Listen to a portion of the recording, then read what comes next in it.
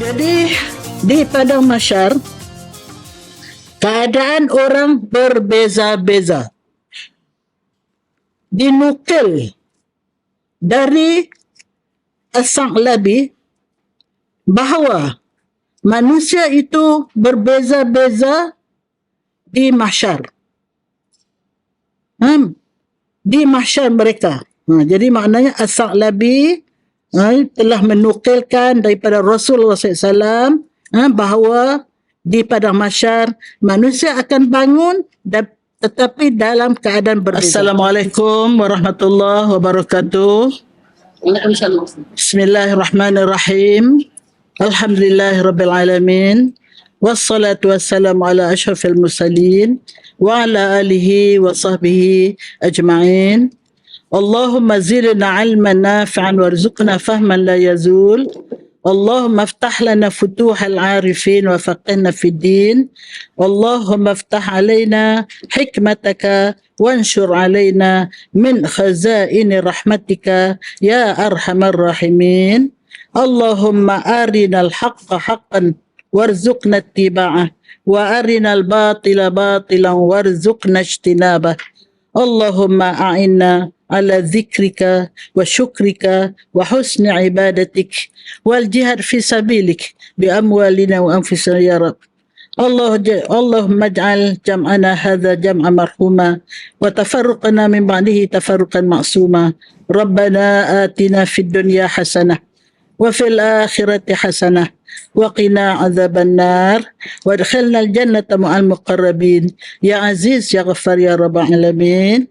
Subhanaka la ilma lana illa ma 'allamtana innaka antal alimul hakim. Rabbi shrah li sadri wa yassir li amri wahlul 'uqdatam min lisani yafqahu qawli. Allahumma akhtim lana bi husnil khatimah ولا تختم علينا بسوء الخاتمة. اللهم ما قضيت لنا من أمر فاجعل عاقبته رشدا. وصلى الله على سيدنا محمد وعلى آله وصحبه أجمعين. سبحان ربك رب العزة عما يصفون وسلام على المرسلين والحمد لله رب العالمين. تقبل الله منكم. الحمد لله. Summa alhamdulillah. Summa alhamdulillah.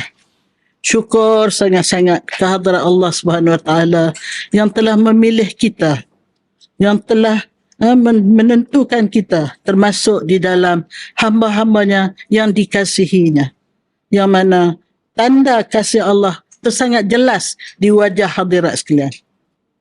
Hadirat adalah insan-insan yang dikasihi oleh Allah, dipilih oleh Allah untuk melakukan suatu amalan yang sangat-sangat penting di alam ini.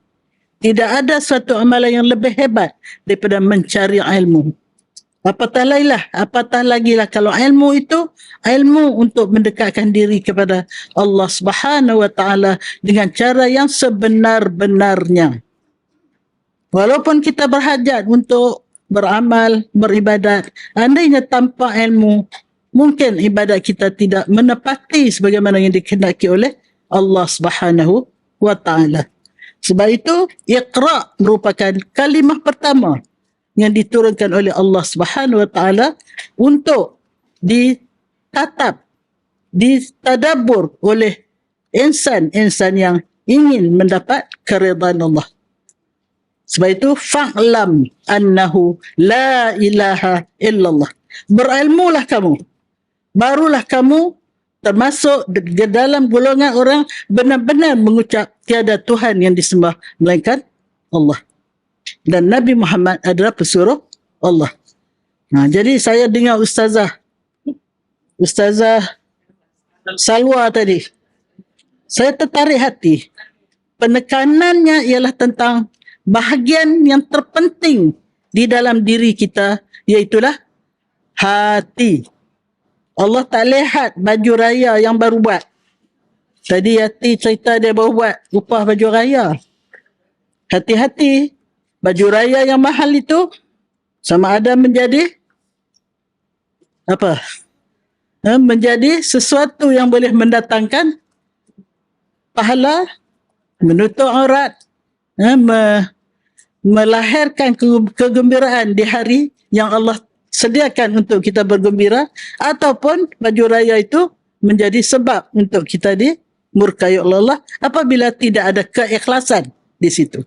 Aku nak cari yang mahal-mahal, nak buat fashion yang cantik-cantik supaya orang tertarik. Habis langsung, tidak ada apa-apa nilai di sisi Allah. Itu untung. Lagi teruk kalau dinilai dengan nilai yang buruk. Baju ini menjadi sebab fitnah. Wal'iyadzubillah.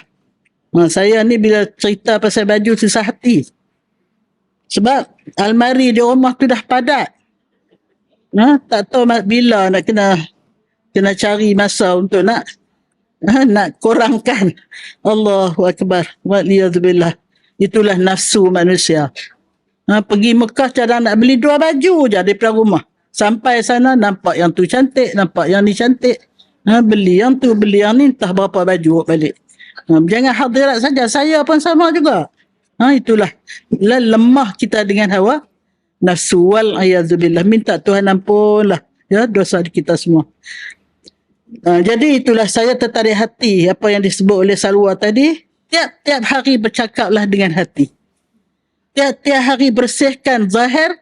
Apa yang lebih penting, bersihkan batin. Kita bersih lahir dengan mandi hadas, dengan berwuduk. Tapi bersih hati dengan bertaubat, taubatan nasuha. Taubat nasuha. Dan untuk menjadi orang yang bertaubat, orang yang bersih hati, kena ada ilmu. Betul, jangan pilih-pilih guru. Pilih guru sudah melambangkan hati tidak ikhlas. Hati tidak bersih. Kenapa tak bersih? Aku suka orang ni, aku tak suka orang ni. Jangan. Kita kena hormat guru tu walaupun dia mengajar kita satu kalimah. Satu kalimah. Apatah lagi kalau bertahun-tahun. Tapi guru pun jangan rasa dia hebat. Dia lagi takut. Takut kalau dia membawa ajaran yang menyebabkan orang lain makin jauh pada Allah. Menyebabkan orang lain tidak menepati apa yang dikehendaki oleh Allah Subhanahu wa ta'ala. Hadirat tak takut sangat. Hadirat ialah mendengar. Tapi yang paling takut yang menyampaikan. Takut-takut dia tersampaikan benda yang tak betul. Wal'iyadzubillah. Lebih takut kalau dia sampaikan kerana tujuan dunia. Kerana nak mencari harta dengan ilmu Allah. Wal'iyadzubillah. Minta Tuhan jauh sangat-sangat. Sangat-sangat takut, ya Allah. Sebab itu saya sangat takut. Saya cukup takut nak terima envelope ni. Tapi itulah. Itulah manusia. Kalau tak terima envelope, tak ada motivasi nak datang. Kalau kosong tiap-tiap hari, tapi datang tu jangan kerana envelope. Dapat envelope tebal ke, envelope nipis ke, envelope apa pun. Saya biasa ceramah, saya dapat RM2.70. Dengan duit-duit shilling. Agaknya tuan rumah tu dia pungut daripada hadirat. Dengan shilling-shilling tu dia bagi kat saya. Alhamdulillah.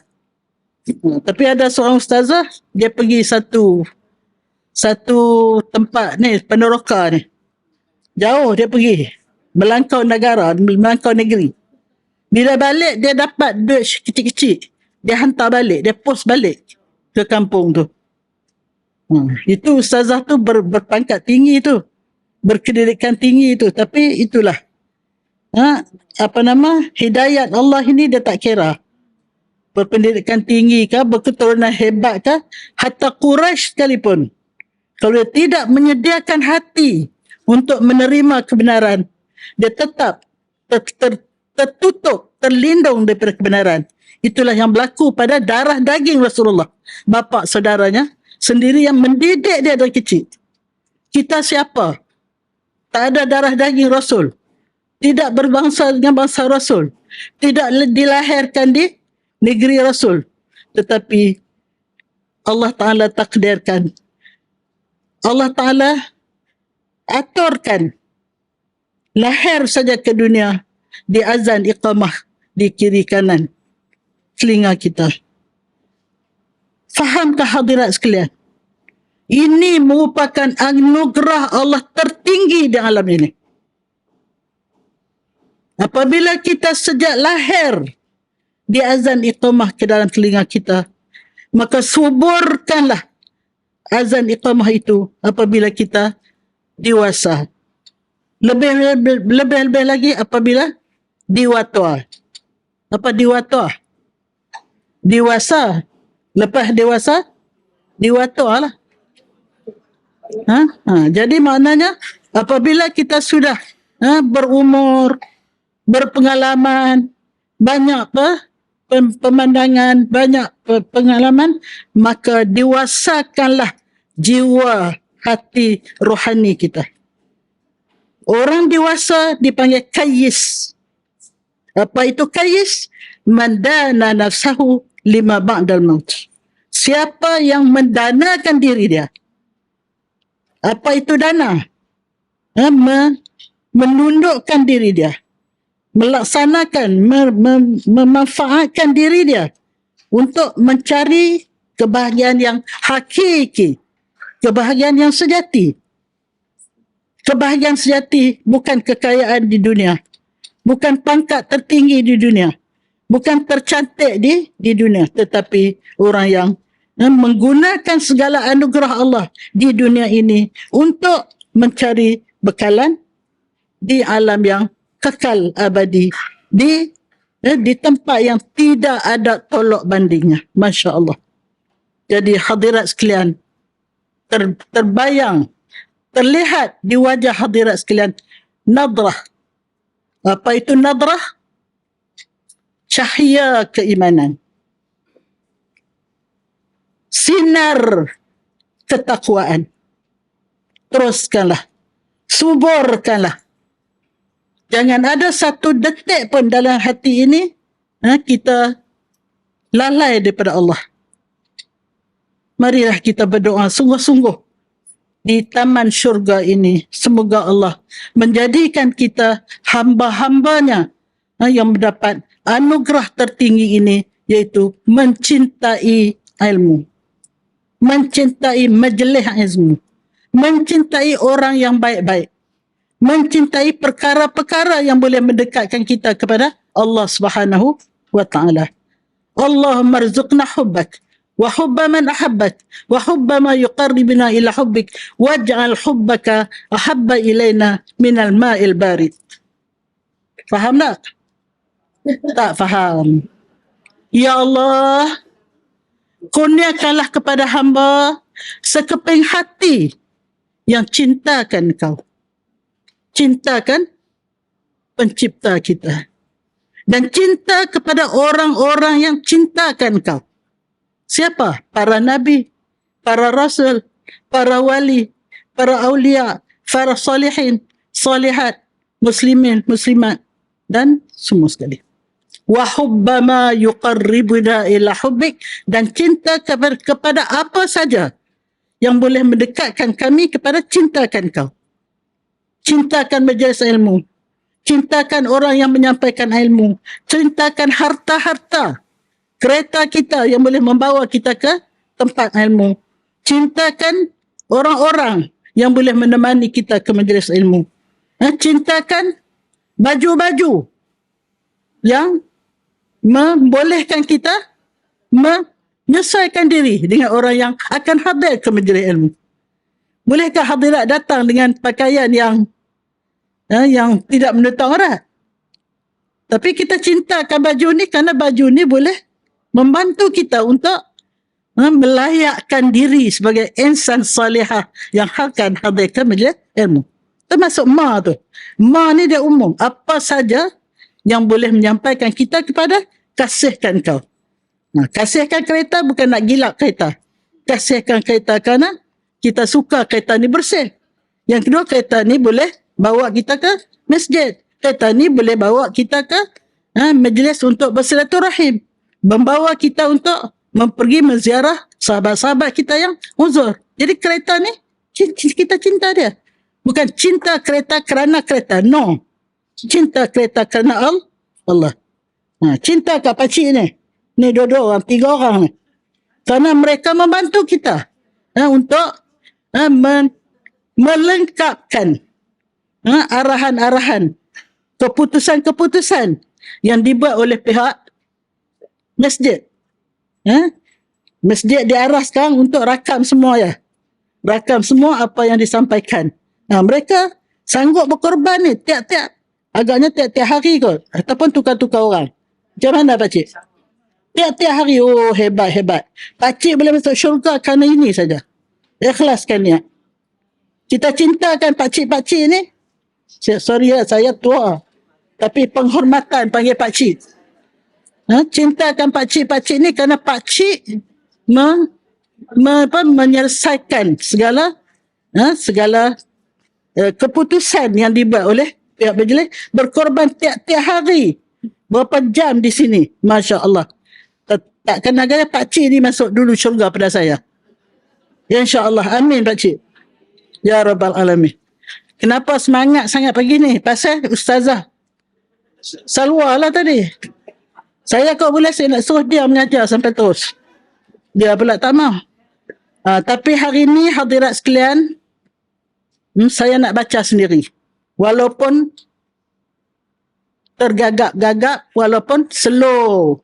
Kerana apa yang akan kita baca pada pagi ini sesuatu yang sangat-sangat penting. Sangat-sangat mendalam kesannya kepada orang yang mau mengambil iktibar.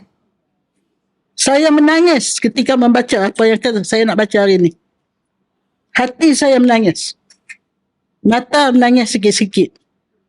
Tapi hati menangis. Takut.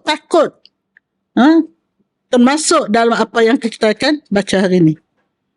Iaitu pada hari ini kita akan baca apa yang kita alami semua. Tak ada seorang pun boleh melarikan diri.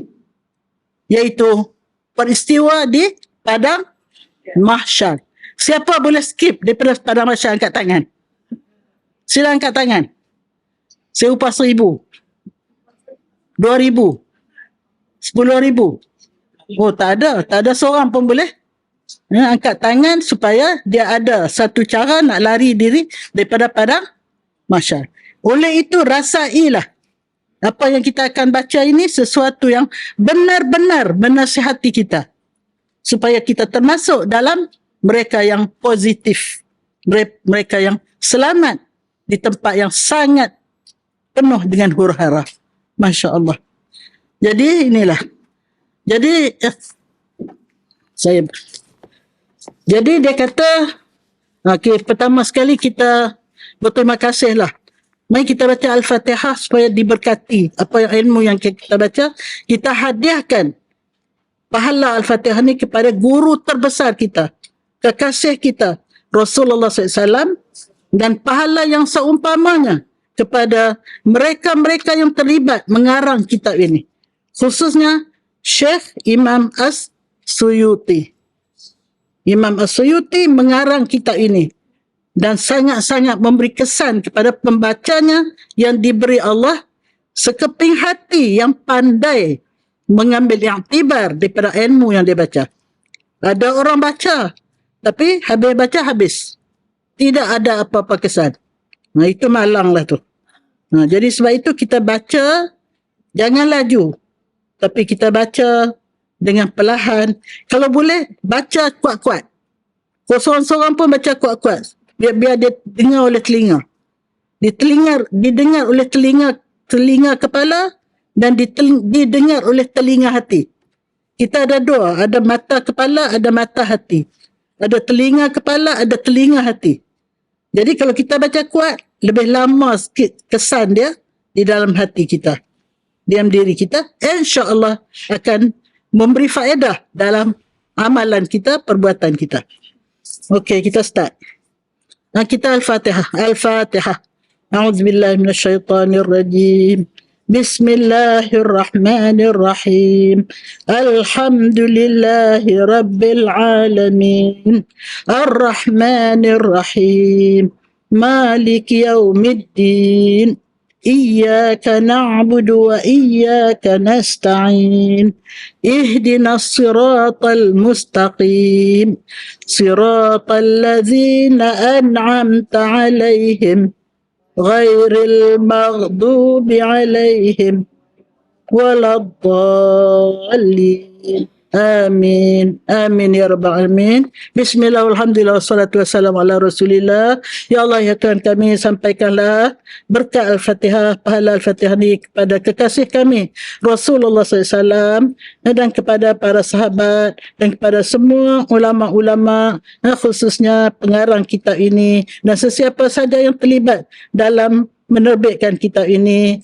Sampaikanlah pahala bacaan kami kepada mereka semua, ya Allah. Hasbunallah wa ni'mal wakil, wa la hawla wa la quwata illa billahil aliyyil azim. Rabbana atina fid dunya hasanah wa fil akhirati hasanah wa qina azaban nar wa adkhilna jannata ma'al muqarrabin ya aziz ya ghafar ya rabbal alamin. Wa sallallahu ala sayyidina Muhammad wa ala alihi wa sahbihi ajma'in. Subhana rabbika rabbil izzati amma yasifun wa salamun alal mursalin walhamdulillahi rabbil alamin. Taqabbalallah minkunna. Jadi di padang mahsyar keadaan orang berbeza-beza. Dinukil dari As-Sa'labi bahawa manusia itu berbeza-beza di mahsyar. Di mahsyar mereka. Jadi maknanya As-Sa'labi telah menukilkan daripada Rasulullah SAW bahawa di padang mahsyar manusia akan bangun tetapi dalam keadaan berbeza. Kenapa berbeza? Kerana mengikut amalan masing-masing. Kita di dunia pun berbeza. Ada orang yang datang dengan basikal, ada yang datang dengan motor, ada yang datang dengan kereta Honda, ada datang dengan Mercedes, ada datang dengan macam-macam. Itu berdasarkan kemampuan kan. Tapi di akhirat besok berbeza berdasarkan ibadat. Ibadat terpenting, ibadat hati. Ibadat hati. Saya tiap-tiap hari Rabu, sekarang ni, saya sedang baca tentang kelebihan zikir. Zikir merupakan ibadat tertinggi, termudah di alam ini. Tak payah air wuduk, tak payah pakai telekuk, tak payah menghadap kiblat. Zikirlah di mana saja. Asalkan hati ini tidaklah lalai. Dan zikir boleh dua. Yang paling best, zikir lidah dengan zikir hati. Ini yang paling best. Ya, dikatakan zikir lidah dengan hati satu saat lebih baik daripada zikir lidah sahaja. Hati lalai, satu saat lebih baik selama 70 tahun. Maknanya kita berzikir dengan lidah saja 70 tahun baru sama dengan sedetik zikir dengan hati dan lidah. Boleh faham tak? Tunggu balik saya berayat. Jadi sebab itu hadirkanlah hati semasa berzikir.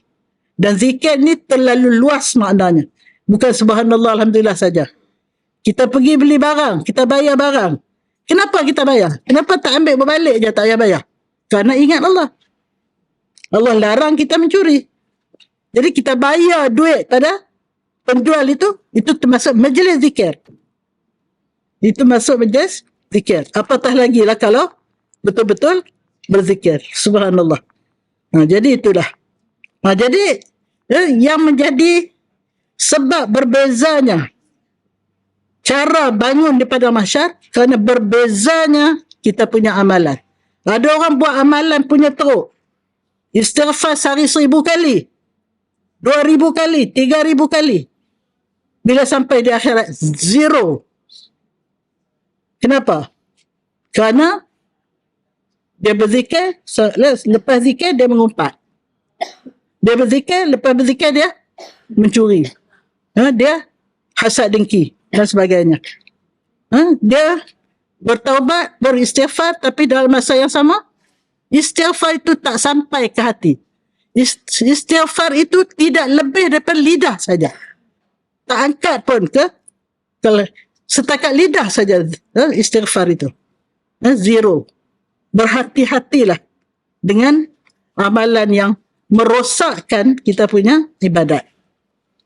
Ya, sebab itu kita baca dalam surah Al-Mulk ke surah Kahfi? Bukan surah Waqi'ah. Ada orang yang di akhirat besok dia akan dapati amalannya sia-sia. Surah Waqi'ah ke? Surah surah Waqi'ah. Allazina, saya pun kalau nak baca sekarang tak ingat. Maksudnya mereka yang menyangkakan amalan mereka tu bagus, tetapi sebenarnya amalan mereka tak bagus. Dan mereka telah melakukan amalan tetapi tidak ada nilai sedikit pun di sisi Allah Subhanahu wa taala. Balik rujuk surah Al-Waqi'ah, kalau tak silap saya, surah Waqi'ah. Jadi itulah yang kita takut. Pagi tadi saya dengar 3 amalan yang sia-sia, taubat kita sia-sia, kita punya istighfar. Pertama, dia lepas istighfar dia terus buat juga.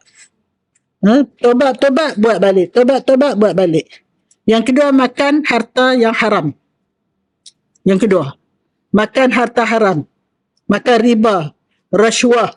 Sekarang ni rasuah cukup menjadi, cukup menakutkan, sudah menjadi barah dalam masyarakat Malaysia. Baru ni seorang polis tak tunggu tepi jalan minta RM100 kepada seorang pelancong yang sudah melancong berapa puluh buah negeri, 30 buah negeri. Dia bawa kereta sendiri sampai kat Malaysia, dia kena tahan kerana kena bawa laju. Polis tu kata kalau nak bayar kat saya bagi 100 cukup, kalau tidak kena bayar dekat pejabat polis 300. Pilih yang mana? Dia pun bagi 100. Keluar dalam TikTok kan, ada tengok kan. Itu banyak. Maknanya rasuah ni dia daripada yang paling bawah sampai yang paling atas. Wal-iyazubillah. Satu, dia bertobat, lepas tu dia ulang balik. Yang kedua, makan harta yang haram. Yang ketiga tak ingat. Itu biasalah.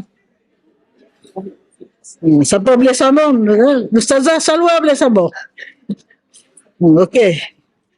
Itulah ya. Jadi semangat saya pasal Salwa lah punya pasal. Nak semangat ini.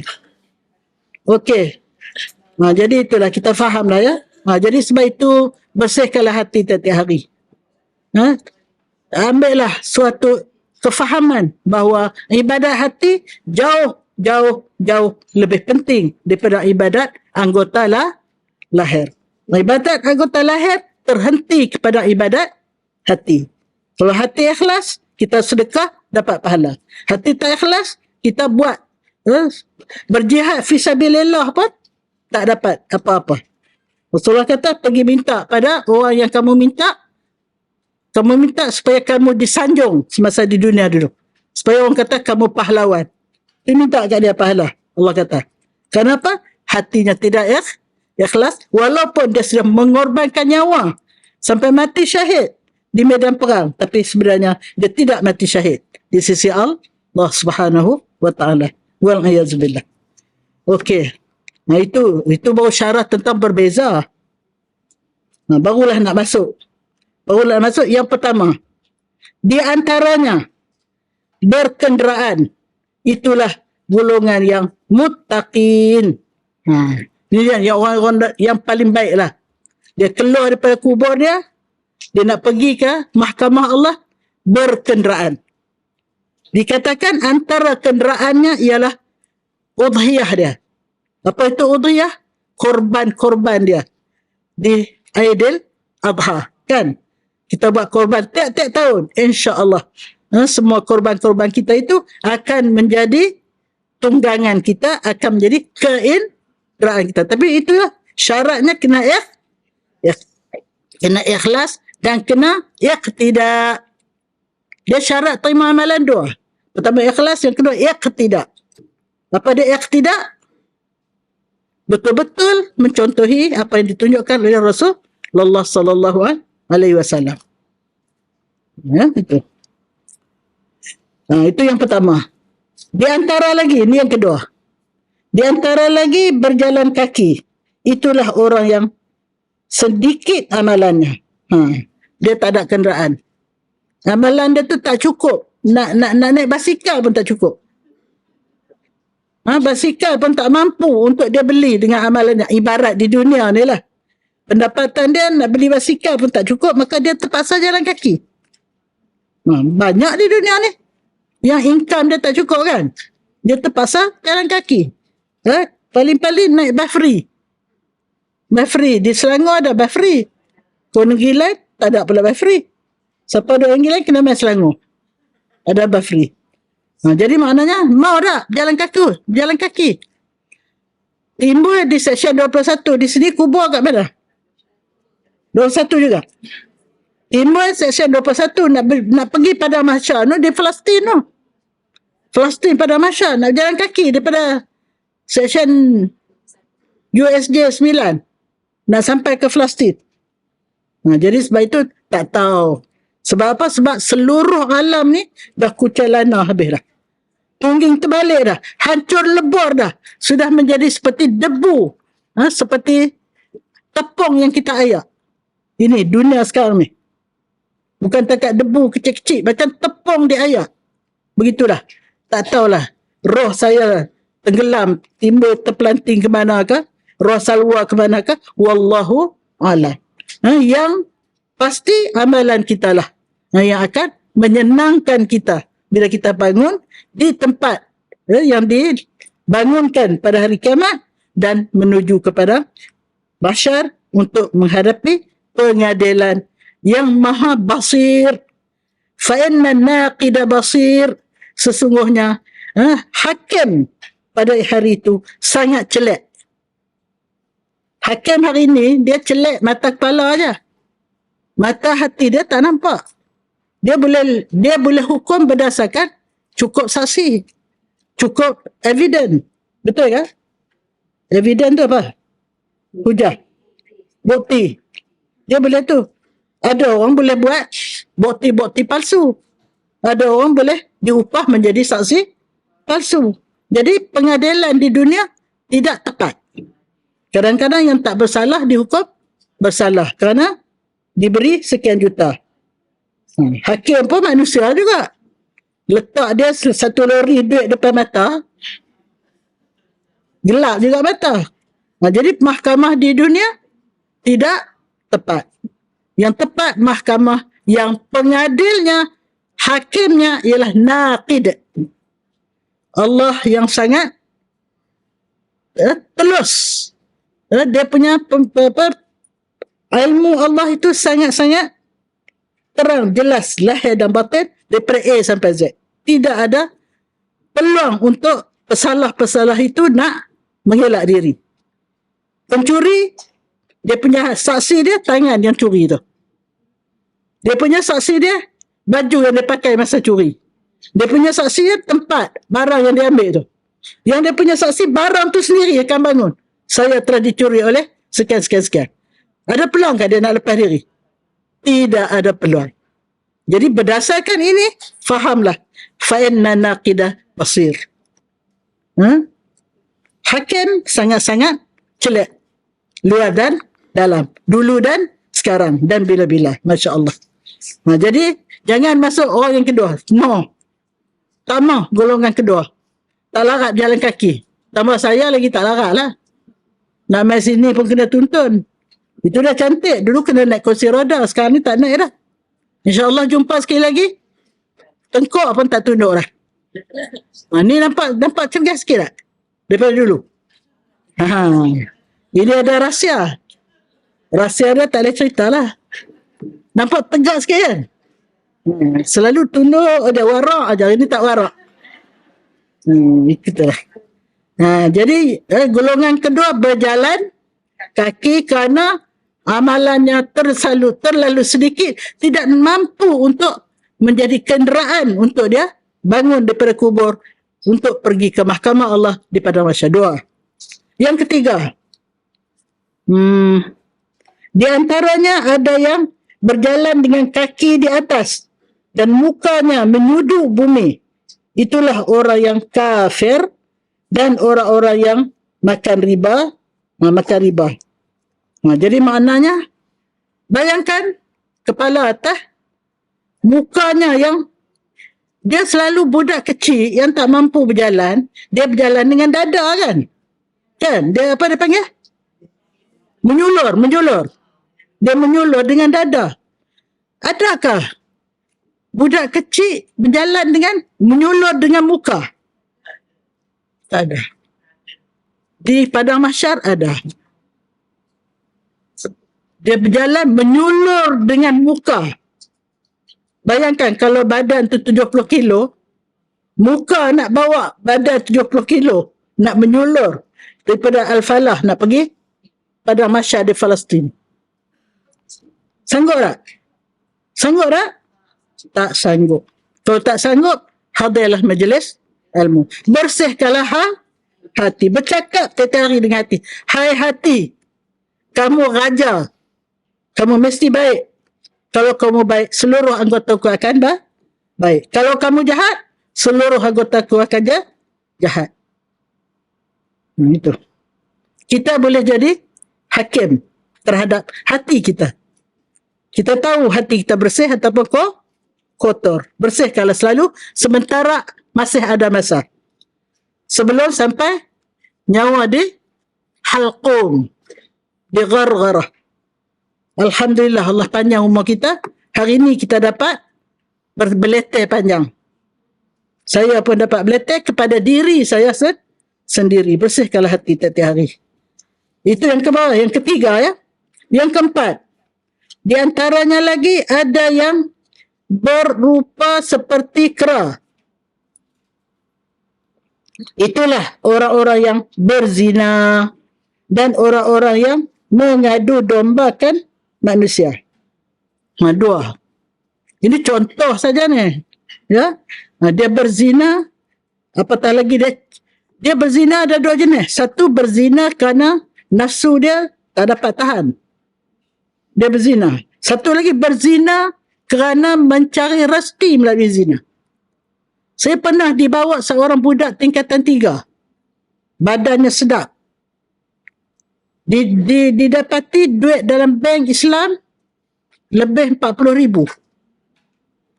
Bila diselidiki, rupanya dia malam-malam pergi ke hotel murah. Dia melayani orang-orang murah yang nak memenuhi nafsu dia. Dia dibawa ke rumah saya. Jadi itulah. Mencari. Jadi kalau budak macam tu, mungkin dia tak cukup akal lagi. Mudah-mudahan Allah ampunlah dia. Tu saya pun nasihat kalau dia baik-baik, dah terlajak, minta ampun pada Allah. Allah Maha Pengampun, Maha Penyayang. Ampunilah. Benda tu, benda haram ni, dia akan lebih menarik daripada benda halal. Kadang-kadang pasangan yang halal pun diuji dengan Allah, tak berminat kepada yang halal. Dia lebih lazat kepada yang haram lagi. Sebab itu Allah perlihatkan semasa baginda bermi'raj, satu kumpulan makan daging busuk kan. Dia tinggal daging yang sihat, daging yang cantik, daging yang baik, dia makan daging busuk. Inilah, dia tinggal pasangan dia yang halal, dia pergi cari pasangan yang haram. Ada satu cerita.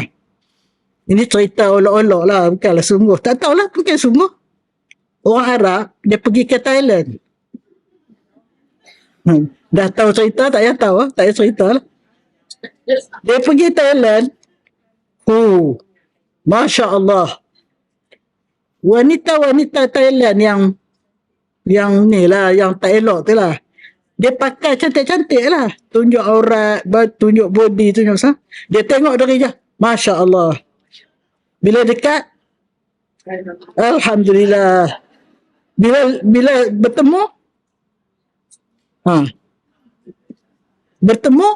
berlakulah apa yang berlaku. Itu dikatakan Tok Arab yang pakai serban tu, pakai jubah labuh tu.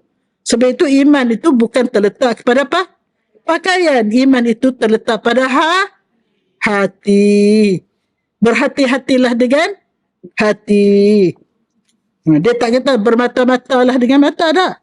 Dia kata berhati-hatilah dengan hati. Sebenarnya hati inilah yang perlu kita isi makanannya dengan sekenyang-kenyangnya. Apa dia makanan hati? Ilmu, dan makanan hati ialah iman. Ilmu makanan siapa? Akal. Apa nama? Roti telur makanan siapa? Body. Saya makan roti telur pagi tadi. Itu untuk body. Sekarang saya bercakap, menyampaikan ilmu untuk akal. Dan hadirat sekalian, proseslah ilmu itu supaya menjadi makanan hati. Itu kemuncak. Itu kemuncak daripada apa yang kita usahakan. Okey. Jadi orang itu ialah orang yang bertukar wajah dia menjadi seperti kera, ialah orang yang berzina dan orang yang mengadu domba manusia. Lah ni ada orang cari makan dengan mengadu domba. Kerja awak kontrol. Kata contoh TikTok ni, awak gunalah TikTok ini untuk mengadu domba orang. Ada tak? Banyak. Tak disedari. Dia ingat dia dapat rezeki yang halal. Bangun-bangun menjadi kera. Wal ya zubillah. Itu yang keberapa? Yang kelima. Di antaranya ada yang berupa BA sambung. BI. Itulah orang yang menerima rasuah. Ramai tak orang makan rasuah? Ramai. Adakah orang tertentu? Tidak. Dari yang paling bawah, yang paling atas lebih banyak rasuah. Bukan 2,000, bukan 10,000, bukan 100,000, bukan 10 juta. Bilion, bukan bilion. Trilion. Entahkah ada yang 10 lian apa? Tak tahulah, wallahualam. Minta sangat-sangat jauh. Sedangkan 1 sen yang masuk dalam badan kita, wang yang tak betul, badan ini dirindui oleh api neraka. Api neraka sentiasa berdoa, masukkanlah dia kepada aku. Kerana dia tumbuh daripada rezeki yang haram. Kalau beli sebiji telur, kita makan jadi darah daging, boleh tahan sikit. Ni kalau semua apa yang kita beli dari wang yang haram, pakaian dari haram, rumah dari haram, kereta dari haram, anak pinak semua makan yang haram, cucu cicit semua makan yang haram. Bayangkan, seluruh keturunan dibakar oleh api neraka. Inilah yang dikatakan oleh Imam Al-Ghazali, orang yang dosanya terus hidup beratus-ratus tahun walaupun dia sudah hancur di dalam kubur. Itu orang yang membiarkan. Yang ni orang yang membiarkan keluarga dia tidak dididik dengan iman, dengan ilmu yang melahirkan iman. Dia melahirkan anak yang jahil, anak yang jahat. Anak yang jahat melahirkan cucu yang jahat. Seterusnya jahat. Semua sekali satu keturunan menjadi penghuni neraka. Wal-a'yadzubillah. Minta doa. Tiap-tiap hari bila bagi salam, Assalamualaikum warahmatullahi wabarakatuh. Allahumma inni as'aluka ridhaka wal jannah wa na'udzubika min sakhatika wan nar. Dan tambah 2 kali lagi. Ni baru sekali kan? Minta masuk syurga, minta jauh dari neraka. Kata yang kita baca dulu, ingat tak? Lupa dah. Ingat tak apa yang kita baca dulu? Setiap hari syurga berdoa, ya Allah, ya Tuhanku, masukkanlah orang yang minta dia masuk kepada aku 3 kali. Orang yang minta 3 kali, mintalah, ya Allah, masukkanlah aku dalam syurga 3 kali. Syurga berdoa, masukkanlah daripada aku. Orang yang minta jauh daripada neraka 3 kali, neraka kata, jauhkanlah dia daripada aku, ya Allah. Jadi bagi salam baru sekali-sekali. Lepas bagi salam tambahlah 2 kali lagi. Lama dah? Lama dah tambah 2 kali. Allahumma inna nas'aluka ridhaka wal jannah wa na'udzubika min sakhatika wan nar. Allahumma inna nas'aluka ridhaka wal jannah wa na'udzubika min sakhatika wan nar. Saya pun dah 3 kali dah. Itu antara amalan yang ringan, yang mudah. Tapi kalau tak ada ilmu, hak mudah pun kita tak boleh buat kan. Itu. Jadi mintalah, jauhlah daripada keluarga kita makan rasuah. Andainya sudah ada, sudah terlanjur, cepat-cepatlah bertaubat. Sebab Allah tu maha penerima taubat. Seorang pelacur pun, bila dia bertaubat, Allah ampunkan dosa dia dan masuk syurga. Min wal iyazbillah. Jadi taubat jangan kurang 100 kali sehari. Disiplinkan diri. Sekurang-kurangnya setiap lepas sembahyang 20 kali. 20 kali 5 100. Itu sekurang-kurang. Kerana kita sedar kita banyak dosa. Kita banyak silap, banyak salah. Mengaku, jangan duk kata, oh aku hebat, aku ustazah kan. Mana ada dosa? Jangan. Ustazah banyak dosa. Sama je. Di sini mengajar sampai di rumah. Dah cerita sikit. Apa dia? Dengar juga benda-benda yang negatif. Betul tak? Tak, kadang-kadang kita pula cerita. Bukan nak mengumpat. Nak cerita hak betul. Jadi itulah. Minta ampun pada Allah. Bukan nak mengumpat, nak cerita yang betul. Yang betul telah mengumpat. Hak tak betul tu fitnah. Jadi itulah. Cukup mudah untuk terjatuh dalam ghibah. Ghibah ni mengumpat. Ghibah ni disoal di langit pertama tau. Amalan kita akan diangkat melalui 7 lapisan langit. Sampai pada Allah. Langit pertama kalau duk mengumpat selalu, campak balik ke muka dia seperti dicampakkan kain buruk. Tak guna. Hati-hati dengan ghibah, dengan mengumpat. Sebab mengumpat ni sedap. Seronok cerita pasal orang. Kalau orang cerita pasal kita, seronok tak? Tak seronok. Jadi buat pada orang apa yang kita suka orang buat pada kita. Ya? Kau berapa dah kita ni? Salwa? 5 minit lagi? Masya Allah. Betul 5 minit. Jam saya cepat sikit. Ya? Boleh guru besar kata boleh lah. Okey. Jadi saya ni bila semangat dia nak cerita panjang. Saya pergi mengajar di section 3. Surah section 3. Sedar-sedar 30 minit baru nak start mengajar. Sebelum tu mukadimah 50 minit. Tinggal 10 minit baru start mengajar. Itu masa semangat dia tu. Masa nak semangat. Itu yang ke-5. Yang ke-6. Yang ke-5 tadi. Kita yang ke-5 tadi. Yang ke-4 tadi kan? Ya. Jadi yang ke-4 tadi. Yang ke-5 tadi. Bangun dalam keadaan babi kerana dia rasuah. Dan suh tu maknanya sogokan. Yang haram. Sama lah tu. Suh. Wa na'udzuka min suhtika wan nar. Suh tu. Kita duk baca tiap-tiap hari. Tapi hari ni pun tahu makna. Yang ke-6. Di antaranya ada yang buta matanya.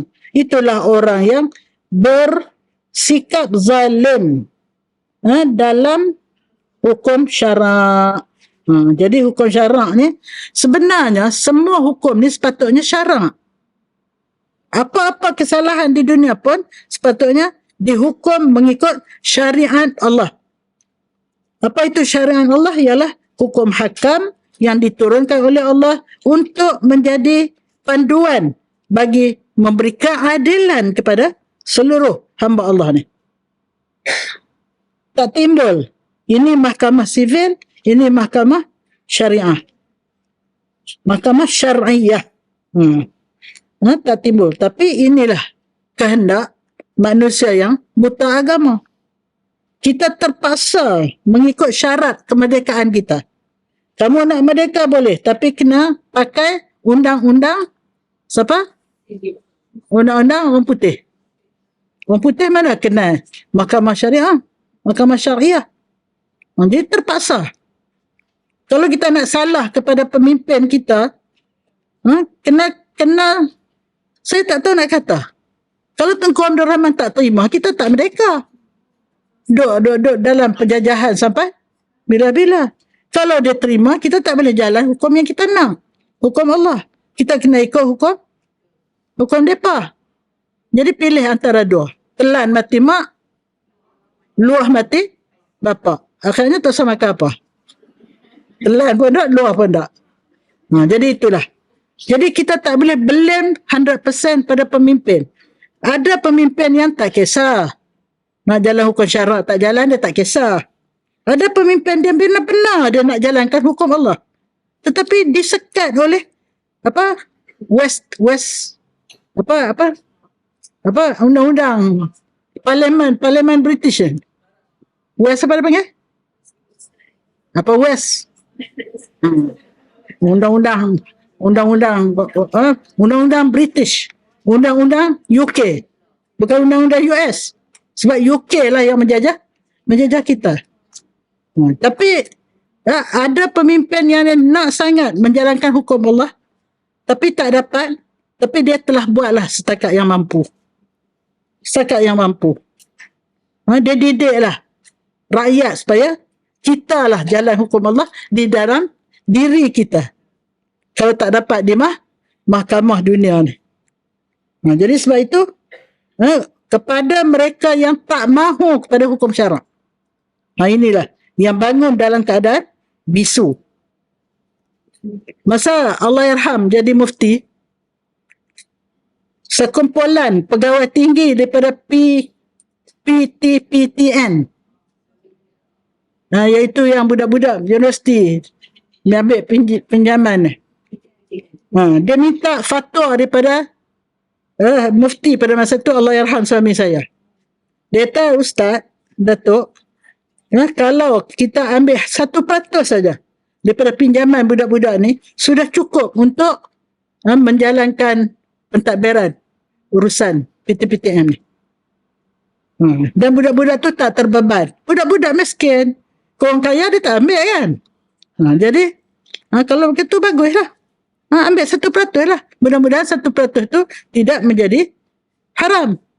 Kerana ambil untuk pengurusan. Bila balik pada bos, PM masa tu, no. Terus ambil 4% juga. Itulah. Ini, yang 3% lagi tu, halal ke tak? Tak. Memeras anak-anak yang miskin. Keluarga yang susah. Terpaksa bayar 4%. Dia pinjam 5,000 katakan, dia bayar tu 5,000 ke? Dia bayar tu lebih daripada 10,000. Bunga dia akan lebih daripada pokok. Itu. Termasuklah makan yang melaksanakan perjalanan yang tidak syar'i. Peraturan yang tidak syar'i. Wa'iyazbillah. Di antaranya ada yang tuli, bisu. Itulah orang yang ujub ataupun terpesona dengan ilmunya dan amalannya. Wa'iyazbillah. Jadi dia bangun dalam keadaan bisu. Kerana apa? Kerana dia berasa ujub. Apa itu ujub? Ajaib. Apa itu ajaib? Dia rasa kagum terhadap hebatnya aku, banyaknya ilmu aku, banyaknya amalan aku. Maknanya dia berasa kehebatan terhadap diri dia sendiri. Allah marah. Sebab itu bila Rasulullah SAW menceritakan hakikat diri dia, dia ulang-ulang. Aku adalah Sayyid Bani Adam. Itu Sayyid ni namanya ketua yang besar penghulu anak Adam, bukan Nabi Ibrahim, bukan Nabi Adam, tapi Nabi Muhammad ada Sayyid Bani Adam, penghulu anak Adam, wala fakhar. Dia terus kata bukan berbangga, ini adalah sebenar.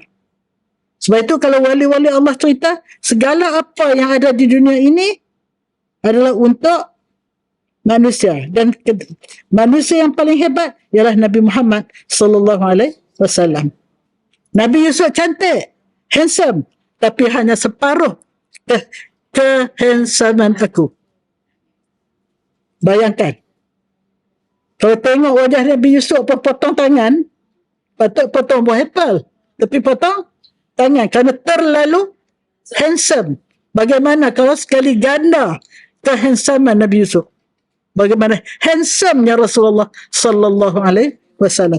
Syukur kita menjadi umat kepada manusia yang terhandsome di alam ini. Masya Allah. Masya Allah. Syukur sangat-sangat. Yang paling penting, dia adalah merupakan Nabi yang penghulu lah. Penghulu segala Nabi, segala Rasul, segala anak Adam. Wala fakhar. Aku adalah apa lagi ya? Ada banyak kan? Kalau tak silap saya ada 5 ataupun 6. Rasul menceritakan tentang hakikat diri dia seolah-olah macam dia berbangga dengan diri dia. Sebab itu setiap satu dia akan ikuti dengan wala fakhar, wala fakhar, wala fakhar. Bukan berbangga, bukan berbangga. Ini adalah aku nak cerita realiti sebenarnya untuk kamu tahu. Supaya kita bersyukur. Oleh kerana Nabi Musa kenal siapa Rasulullah, dia minta nak jadi umat Rasulullah. No, Allah kata, kamu kena jadi Nabi kepada Bani Israel. Rasul kepada Bani Israel. Kamu tak boleh jadi umat Nabi Muhammad. Kita jadi umat Nabi Muhammad. Sedar tak? Tuah ini, anugerah ini, syukurlah sangat-sangat. Dan kitalah insan yang pertama akan dihisap daripada Masyar Rasul. Insan pertama yang akan masuk bersama dengan Nabi kita yang akan membuka pintu syurga. Kita bersama di belakang Nabi. InsyaAllah. Masya Allah. Itulah. Jadi sebab itu, jangan berbangga. Ini amaran lah. Yahudi jadi macam tu hari ni. Pasal apa? Tok guru dia lah. Dia merubah segala kitab Taurat. Kemudian dia kata bunuh orang Islam dapat pahala banyak. Oh, budak-budak yang tak kerti apa ni. Seronok kan membunuh orang ni, satu keseronokan. Sampai dia menjadi satu kelazatan nak makan darah orang. Maka bertuahlah insan-insan yang mati syahid kerana dibunuh oleh manusia-manusia yang tak berguna ni. Kita ingat kesian orang Palestin. Dalam perut dah kena tembak dah. Tak ada nak keluar. Keluar tak ada inkubator, mati. Tergolek-golek. Tengok tak gambar tu? Kita nampak kesian. Sebenarnya dia orang betul.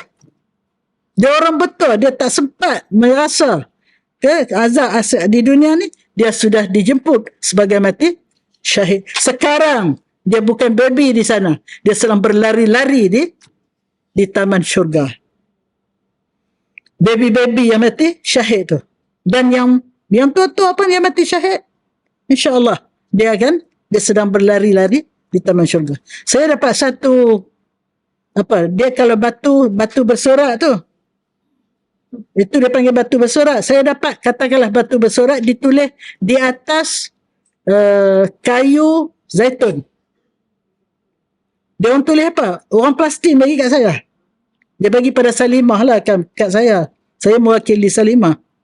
Dia bawa ayat, janganlah kamu sangka orang yang mati syahid itu mati.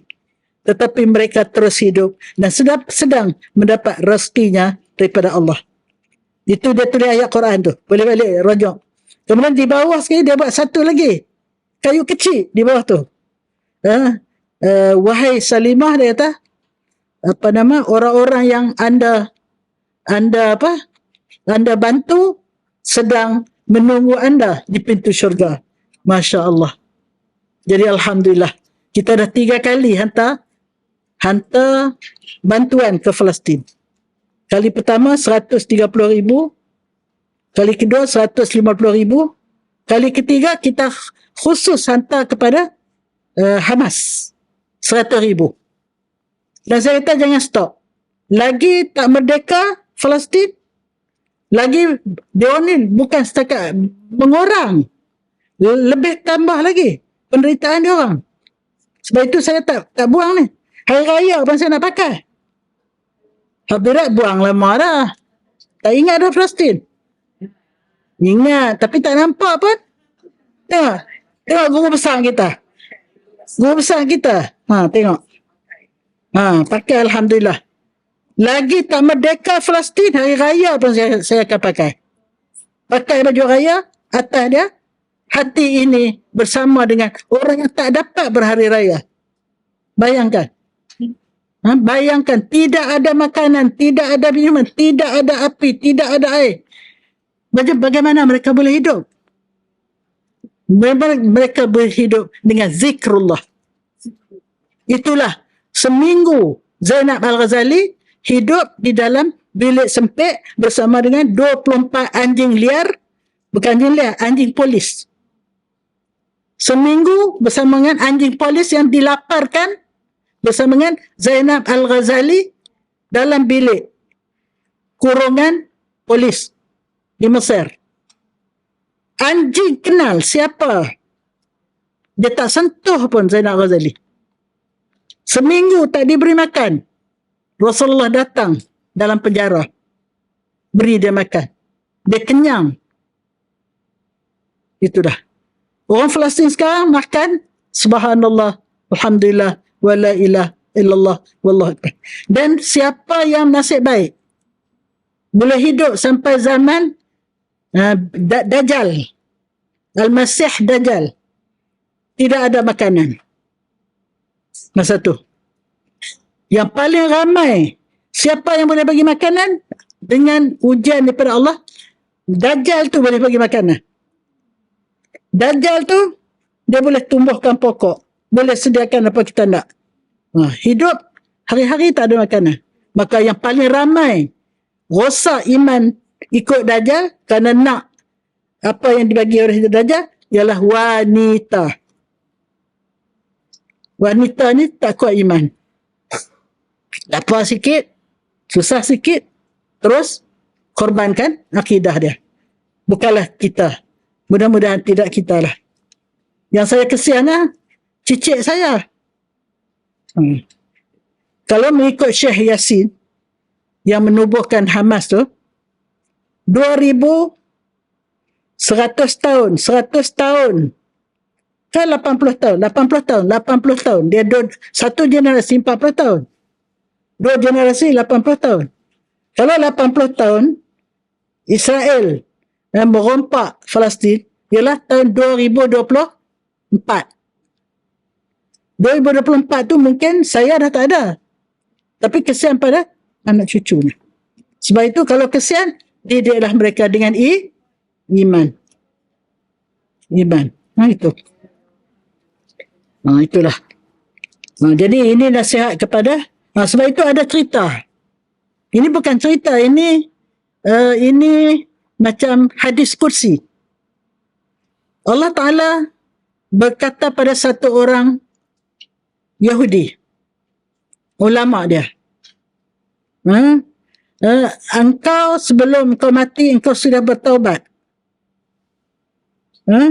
Jadi andainya aku terima taubat engkau, bagaimana dengan orang-orang yang engkau sesatkan? Bagaimana dengan orang-orang yang engkau sesatkan? Jadi maknanya bila dia bertaubat untuk diri dia, tapi orang-orang yang sesat, bunuh orang, buat benda-benda, meninggalkan suruhan, menjauhkan, membuat larangan apa semua tu, ini kerana kamu yang ajar dia. Bagaimana dengan mereka? Akhirnya kamu masuk neraka kerana memberi ajaran yang salah kepada pengikut-pengikut kamu. Ini kita, ini bukan takkan ujub lah tu, ini menyesatkan, sesat dan menyesatkan. Seterusnya yang ketujuh, di antaranya ada yang menggigit lidahnya dan mengalirkan nanah daripada mulutnya. Yang ke-8 yang ke-7 sudah ya. Yang ke-7 sudah. Bisu tadi sudah. Tuli bisu belum ke sudah? Sudah. Yang ke-8 lah, yang ke-8. Jadi di antaranya ada yang menggigit lidahnya dan mengalirkan nanah daripada mulutnya. Itulah orang yang mengajarkan manusia sesuatu yang lain daripada perbuatannya sendiri.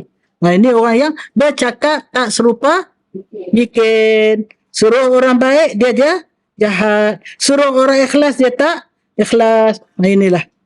Ini bukan tok guru sajalah, siapa-siapa pun dah. Suruh orang baik dia jahat.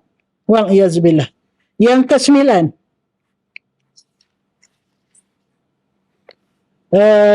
Di antaranya ada yang kudung tangan dan kaki. Jadi orang mentimun. Tangan tak ada, kaki tak ada. Itulah orang yang menyakiti jiran sekampungnya. Maknanya jiran dalam Islam, Allah suruh kita buat baik dengan jiran seperti kita buat baik dengan keluarga sendiri. Sebab kalau kita berlaku apa-apa hal, adakah yang hak keluarga kampung nak datang tolong kita? Tak, jiran kita. Sebab itu dikatakan jiran seolah-olah dia akan diberi harta pusaka. Taklah, tapi seolah-olah. Kerana perlunya kita berbaik-baik dengan jiran. Jadi orang yang menyakiti jiran, menyakiti jiran ni kadang-kadang kerana tai ayam pun boleh berkelahi. Tai kucing, Allah ni tai kucing. Kalau kampung belayam ke sini, kerana tai kucing tu boleh bergaduh, jiran tak bercakap bertahun-tahun. Allah wa'iyazbillah. Kalau di kampung tu macam-macam lah. Saya ada keluarga saya tak bercakap. Duduk sebelah meja belah tak bercakap. Pasal suami dia tu sepupu saya.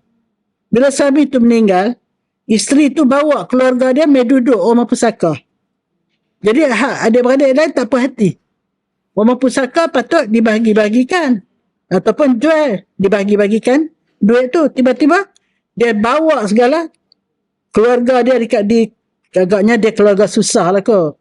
Bawa pergi duduk di rumah tu. Jadi yang ni tak puas hati, tak cakap. Tak cakap. Saya kadang-kadang bila balik raya, saya bawa nota tentang silaturahim tu. Tapi tak ada peluang nak bertazkirah pada hari raya. Bawa balik, bawa balik. Hari raya pun dia tak pergi mari. Tak cakap. Padahal dua beradik, sepupu. Itulah. Allahu Akbar. So itu di antara orang yang Allah tak diharamkan daripada api neraka ialah qati'ur rahim. Qati'ur rahmin. Memutuskan silaturahim. Di antara dinding tiang sirat kita ialah silaturahim. Tak ada silaturahim, tak ada amanah, titi dogol. Di tiang sirat kita dogol. Bayangkan kalau jambatan Pulau Pinang tak ada dinding kiri kanan. Jatuh laut lah. Ini tiang sirat, tak ada dinding kiri kanan. Kalau kita nak jambatan kita berdinding, hubunglah silaturahim dengan amanah.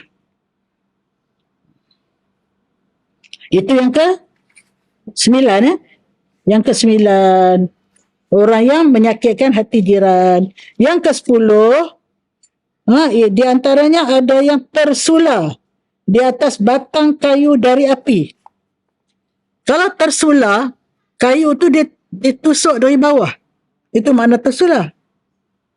Ditusuk dengan kayu dari api. Api tu kalau letak kat lengan, sakit. Bayangkan kalau disulah. Itulah orang yang mengadukan mengadukan manusia kepada sultan atau raja. Apa maksudnya? Dia ada ada kedudukan lah. Dia rapat dengan raja. Jadi dia guna rapat dia dengan raja tu, dia menginayai orang. Dia mengadu, orang ni gini. Raja ni pula tak usul periksa. Dia menginayai. Sebab itu kena tabayun. Tabayun. Tabayun maknanya selidik apa-apa pengaduan yang diadu oleh sesiapa pun. Apa-apa kesalahan, adili dengan adil. Jangan sebab itu ada ayat, janganlah kamu menjadikan kasih kamu pada sesuatu pihak tu, kamu sanggup buat benda yang tak betul.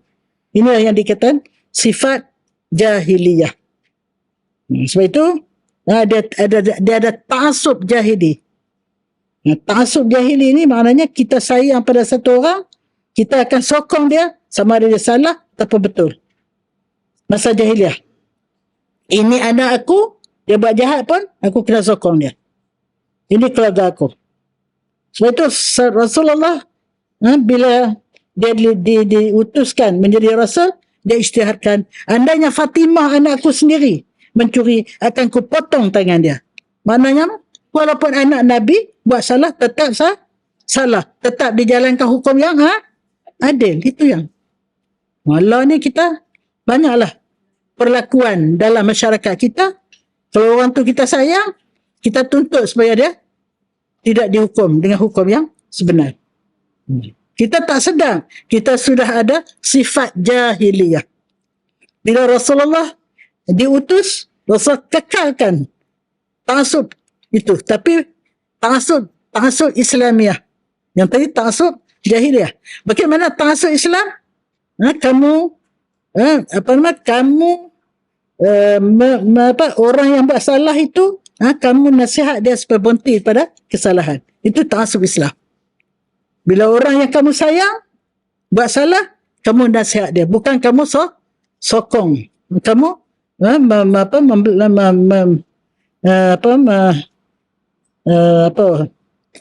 tak datang perkataan, menyokong benda yang salah, menuntut supaya dilepaskan orang yang salah. You are wrong. Kita mesti berpegang di atas kebenaran, walaupun ke atas diri kita sendiri, ke atas keluarga yang kita sayang. Benar itu benar, salah tetap salah, walau kepada siapapun. Itu yang ke-10. Di antaranya ada yang tersulah tadi, yang ke-10, dia guna dia punya kabel untuk mengadu pada raja sehingga orang itu diinayai. Di antaranya ada yang berbau lebih busuk daripada bau bangkai. Dia bangkai ni macam-macam. Bangkai tikus bau lain, bangkai ayam bau lain. Tahukah bangkai apa yang paling busuk? Tahu pun. Bangkai manusia paling busuk. Manusia yang mati, yang tidak diurus tu lebih busuk. Lebih busuk lagi kalau manusia tu jahat. Lebih busuk lagi kalau manusia tu zalim. Sebab itu kepada orang-orang yang berkuasa, dia punya kubur dia lebih dalam daripada orang biasa. Betul tak? Karena dia punya bau tu, biasanya bila ada kuasa ni, payah nak jadi orang baik. Kecuali orang yang dijaga oleh Allah SWT. Rasul berkuasa. Rom dan Parsi tunduk di bawah Rasulullah. Tapi Rasulullah tetap menjalankan hak dan kebenaran. Bukan semua orang berkuasa. Orang berkuasa yang zalim. Sebab itu, antara orang yang pertama mendapat naungan arash di akhirat ialah pemimpin yang adil. Nombor 1, pemimpin yang adil. InsyaAllah saya dah catat dah hadis tu. Tapi last kali. Nak last kali ni kena 3-4 kali baru habis. Ni cerita ni. Sebab kita pasakkan betul-betul apa yang terkandung dalam nasihat ini. Supaya kita insyaAllah termasuk dalam golongan yang pertama, insya Allah. Itulah orang yang ke berapa tadi? 11, lebih busuk. Itulah orang yang berseronok-seronok dengan hawa nafsunya terhadap perkara-perkara yang haram, serta tidak menunaikan hak Allah. Ini pun kena cerita panjang pula hak Allah ni. Ringkasnya, kalau cikgu mengajar, cukup bulan, apa hak dia? Gaji. Apa tanggungjawab dia? Mengajar. Kita di dunia, apa tanggungjawab kita? Mengabdikan diri pada Allah. Itu tanggungjawab kita. Apa hak kita? Redha Allah dan syurga Allah. Itu ringkas. Kalau nak cerita panjang, ada cerita lagi. Tapi tak ada lah. Guru besar ada isyarat dah. Yang ke-12. Di antaranya ada yang dipakaikan pakaian daripada minyak tanah, iaitu ahli takabur, atau orang-orang yang takabur, ujub dan berbangga, bermegah-megah. Ujub tu dah ada tadi. Apa dia pakaian dari apa ni? Dikatakan dalam kitab tua daripada minyak tar. Minyak tar tu orang buat jalan tu akan dijadikan pakaian orang yang sombong dan takabur. Itulah di antara keadaan-keadaan yang diceritakan oleh Imam As-Sayuti, berpandukan daripada nas-nas, hadis-hadis, ayat-ayat dan sebagainya, untuk memberi peringatan kepada kita supaya kita merancang dari sekarang bagaimana kita akan bangun di padang mahsyar nanti, yang mana tidak ada satu orang pun dapat melepaskan diri daripada menghadapinya. Sebab itu kalau tak dapat lepas diri daripada kita menghadap dengan tidak merancang, rancanglah dari sekarang. Inilah yang Al-Falah ni tak jemu-jemu.